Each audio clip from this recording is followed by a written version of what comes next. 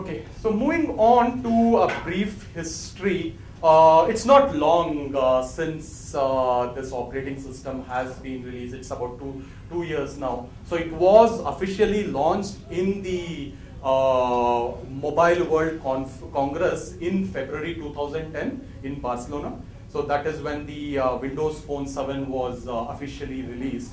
Later that year, about 8 months later, is when the first mobile phones, Windows Phone 7 devices were released in Europe. The next month after that, it was released in US. That was also, the October was also the time when the Windows Phone 7 marketplace, which is similar to your App Store, the app hub where all applications for Windows Phone 7 devices was also released.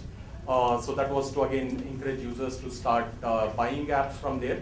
The big turning point came in February 2011 when Nokia decided to leave Symbian and move on to Windows Phone 7 as their primary operating system. So that was the big boost for Windows Phone 7. Same month, again in the Mobile World Congress, the next release for Windows Phone 7, which is Windows Phone 7.5 or Mango as it is called, that was released. February again in marketplace, the 10,000 application was published. So in a matter of about 4 months, there was a very good traction for the marketplace, Windows marketplace. September is when the Mango updates were published to all the devices. So unlike let's say Android, where the update pushes are controlled by carrier, Windows Phone 7 updates are managed by Microsoft. So all Windows Phone 7 got their Mango updates around that particular time. October 2011 was when the first Nokia Windows Phone 7 was launched. So they launched two models, Lumia 800 and Lumia 710. And in a matter of months, by the end of last year, Nokia became the #1 manufacturer of Windows Phone 7 devices, selling nearly 1 million devices in the fourth quarter. So this is more than about 35% of the 2.7 odd million devices that was sold in fourth quarter of last year. Finally, just a couple of days ago, the next release, it is a minor release of Windows Phone 7. It's called Tango. So that was again released or announced in the Mobile World Congress. So this is a quick overview of some key milestones for this nascent operating system. What's new? Anything exciting in Tango? We'll cover that in a minute. So let's just wait for that. Any history for naming it Mango? No, so the names are all kind of sounding like that, like Mango, Tango.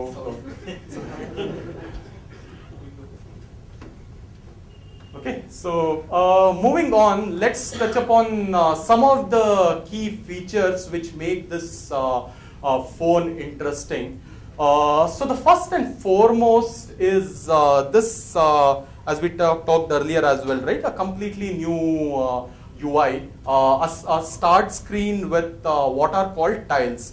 So this is what the Windows Phone 7 looks like, and on the start screen you will see a number of different tiles. And the reason why it's called live tiles is because this is dynamic. So it is not a static application icon. It is a dynamic tile which shows some information as well as content as well. So just an example here is my I don't know how many of you can see. So this is a calendar tile here, which shows me my latest meeting. So it brings out the most important information about this particular application to the fore, so that the user does not even have to go within the application. So it is visible to the user as soon as he launches the phone itself. So that is the reason why it's dynamic and it keeps refreshing with different kind of animation, different content. And that is why it's called a live tile. And that is the one good interesting part of the UI itself. So the second one is the concept of hub. So this is related to what we had talked about earlier, bringing activity to the fore rather than the app itself. So you have these 6 different hubs which bring different applications together and upfront. People hub is all about contacts from all your different applications. You have all your emails, your SharePoint, your all your Office suite of applications, presentation, Excel, documents, all of those together. So let me just give you a snapshot of what each of these different hubs look like. And all of these have this striking similarity of a panoramic view in which the information is arranged.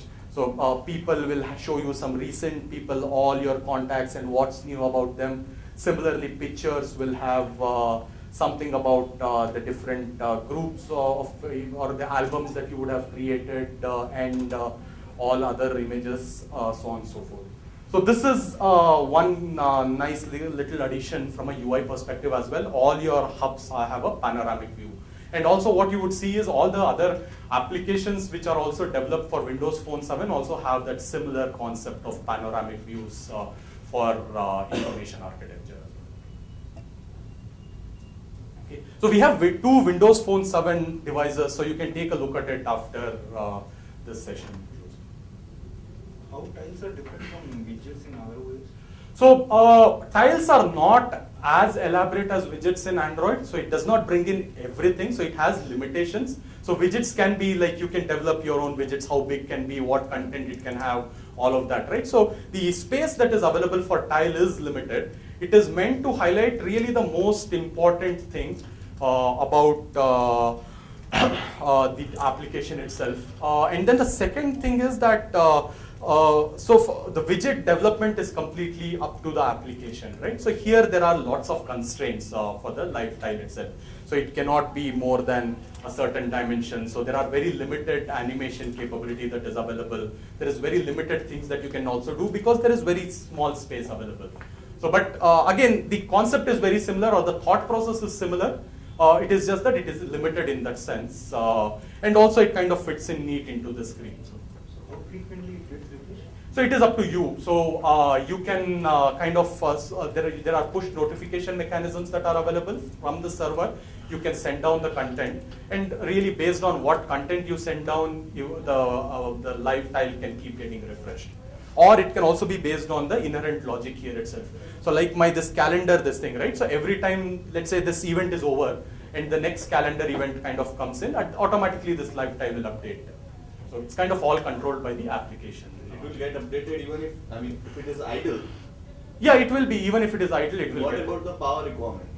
So this embedded OS is there strong, the sleeping mechanism. Yeah. As soon as for some time frame, if the phone is idle, it will go into sleep. But in this case, if you want to update it, this won't ever go in sleep, right? No, so what they also do is that it will not, if your phone is completely in sleep, it won't. But when you kind of refresh or start your phone, at that time it will automatically refresh and show you the latest one. So when it is asleep, yeah, it will not try to do it. There are some things that can be done on the background. There are some things that cannot be. And also there is a time. So if you leave an application out for 15 days, so then the operating system kills the application. In which case, again, locally it will not get refreshed. But if you send something from the server, at that time the application gets woken and the content gets refreshed as well. And obviously, anyway, for any of these multitasking things, the native applications is always given preference. So they will keep updating irrespective of the state of how long ago the application was used and all of that. Is it possible to completely disable the concept of tiles? Sorry?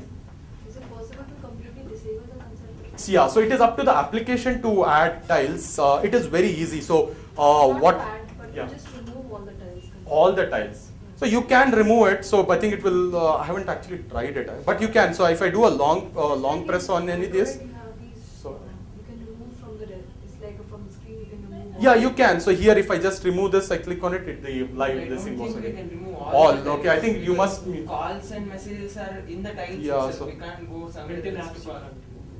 So I think you can remove all. Maybe I haven't really tried it out all the way. Okay. Yeah, so this is the live tile, and then if I click on it, here is where all your application listing is. So there are really two. So your tiles become the quick links or shortcuts to your application or content. So it is not necessarily just an application. I can give a tile to be a shortcut to a document, to a Facebook contact, anything, or yeah, so any contact essentially. It becomes like a shortcut to, and again in that way it is very similar to widget. It becomes like a shortcut to any content. So you can disable the tile. How do you enable it? Yeah. One is related to marketplaces. Can we come to that in a minute? The Windows Yeah, marketplace. sure. And another thing was, don't you think they should give support for HTML5 because you had written over the limited HTML5? Exactly. So all of that is definitely coming. So that's one of the not so good features. So if you run like an HTML5 test on this particular phone, it's really abysmally bad compared to Yes. some of the other You can browsers. actually leverage the concept of canvas in HTML5. It's amazing. Yeah. Android and iOS both of them support HTML5. Yeah, I think Microsoft is also realizing it. So with even though this is based on the browser here is based on IE9, for some reason the HTML5 support is not good on this at all. So things are changing. I'm hoping some things will improve with the Tango release, but the next one definitely will have IE10. So that will the next release. So that will be the big one in terms of HTML5 support. Great, last question on tiles. Yeah. How do you enable tiles? So what you can do is you can, anything I want to add to a tile, I can just go click on this, it says pin to start, and you just say pin to start and it gets added. Similarly, if I go to a Facebook contact here, in my people app, so let's say I want to add somebody here. So I can just say pin to start and the contact gets added here as a lifetime. So it's all just say pin to start. Anywhere you kind of long press on it and you need to click on pin to start and it gets added as a lifetime.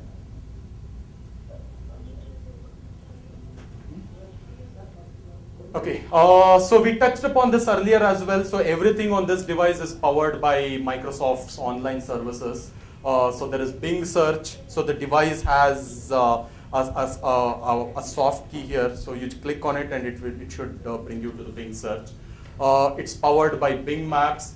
There is something similar to Google Goggles. There is something called Bing Vision. So that is there on the device.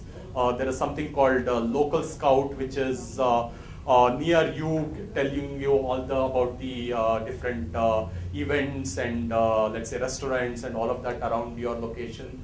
Again, that is a Bing service. So it's all really powered by Bing service. The next good thing about it, this is the in-depth integration it has with Facebook across the operating system. So you can just add an account as a Facebook account without needing a separate Facebook app, and it becomes available across the operating system at different places. So your Facebook contacts get added to your contacts, the Facebook events get added to your calendar.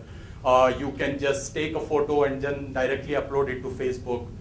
You can do all kinds of in-depth things, and you don't really need a separate Facebook app. Most of it should be possible here itself without the need for a separate Facebook app. So then it also has something called SkyDrive. So this is equivalent to iCloud. So this is Microsoft service where you can store all the content, all your content, photos, documents online.